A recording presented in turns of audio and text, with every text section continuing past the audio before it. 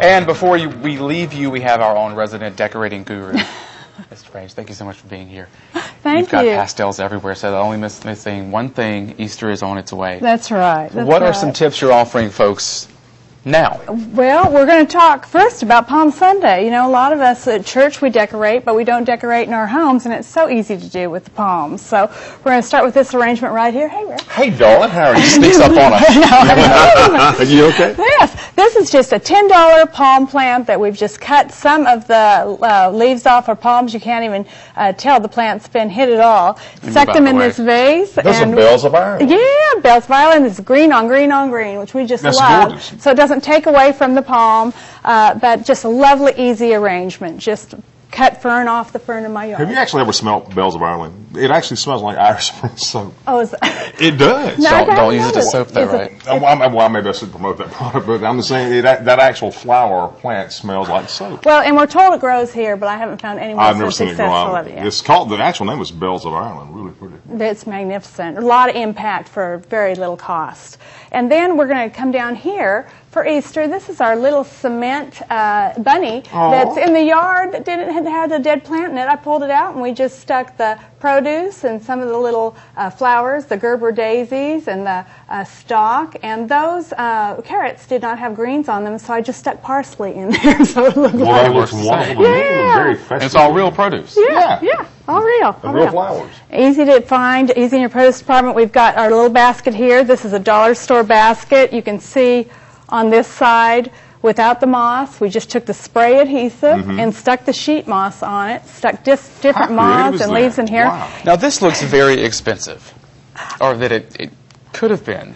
But it wasn't. No, and it that's wasn't. something you really emphasize when you're decorating tips. Right, and everything's easy to find. You know, I don't have a hen house with fancy chickens or hens in it. So out in your parking lot here this morning at about 4:45, we spray painted these eggs to make them look like the fancy. Can we get a close shot on one of the eggs? Well, it was extremely difficult. We took the eggs and we spray painted them. Well, you did that, but you got a little dye. How did you do the little dye? Well, you know, that's a little beyond me. When you hold the spray down on your, spray can, you can make it so it drips. And that's all I did. And if you look, I've got them positioned, but if you look there, see, there's a mess up. But, you just do it enough. I didn't even boil these eggs. So obviously, but we're not telling folks. Obviously, that's for decoration only. Right, it's for spray the eggs decoration. and try to eat them. And I'll tell you what I might have changed. I did a gloss. These colors come in a matte, and a matte probably would have looked more like the real. Well, I still think eggs. it's absolutely gorgeous. Isn't that fun? I just love that. And then this is just an old hat. This is an old hat that we've created a little Easter basket out of. And I'm going to do this, I think, in my house this year. This is just some more of this moss, just balled up and then hollowed out with the candy robin's eggs in it on a branch. That's quince, which I stole out of my neighbor's yard in the dark of night last night. You heard it right here, folks, live. Thank you, Nancy. Call. She doesn't even know I have neighbor. She probably does now. She's very right now. She's very generous with her yard. But anyway, isn't that just doesn't easy? know it. That's right. We just took these birch branches. We took these birch branches and just broke them up and stuck them in there, and it helps anchor it on the branch as well.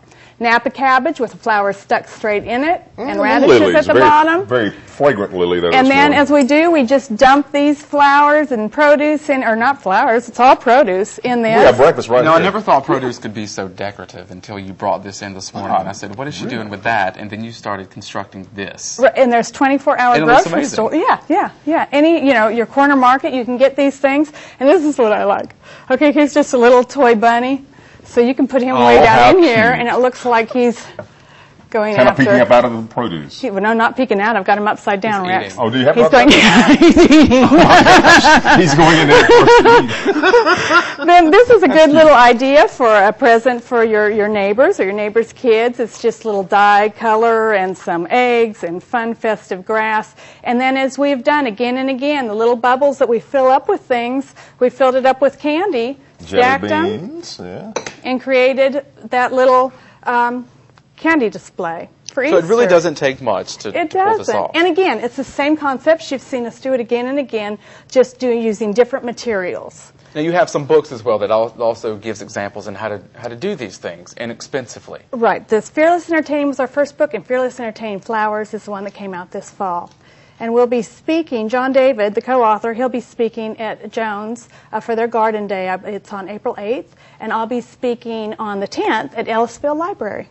Now, of course, Easter decorations is all about pastels. How important do you think it is to incorporate pastels among your decorations? Well, they're going an awful lot of brights. You know, I mean, all the rules are out. I mean, everyone's using whatever makes them feel good, and I love that. I mean, there's nothing pastel about these vegetables. No. But something very edible. So you don't have to go out for breakfast. Right. So really, when you look at anything that's pastel here, it's pretty much much I spray painted. Everything else is a bright or tone on tone, right out in your parking lot.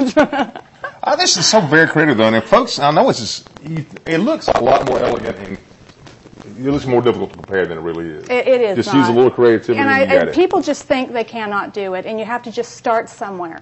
And once you realize that you can do something small, then you build on that, and you put your own twist on it. This right here, that Kim came up with, Kim who works with us, based on the candy display we did in the first book, and then the bubbles that we did on your last segment. And she incorporated the Easter candy.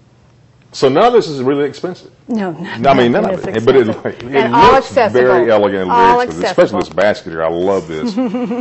So you just took a little basket, a little dollar basket. Right. And then what is this stuff called? That's sheet moss. Sheet moss. Okay. And then we just sprayed it with adhesive. Pick that up at like any craft store? Any craft store, right. Superstores, things or like that. Or take it out of your neighbor's yard? Well, that would be tough to do. That has to be purchased, but it is all natural. Well, we are out of time, and I certainly appreciate you being here. Thank you. Great tips. Thank you so much. And that's going to do it for us. Enjoyed it.